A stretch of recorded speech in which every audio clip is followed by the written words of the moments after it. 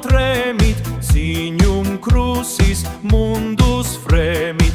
Deus vult lux in tenebris, ferro et igne in pulveris.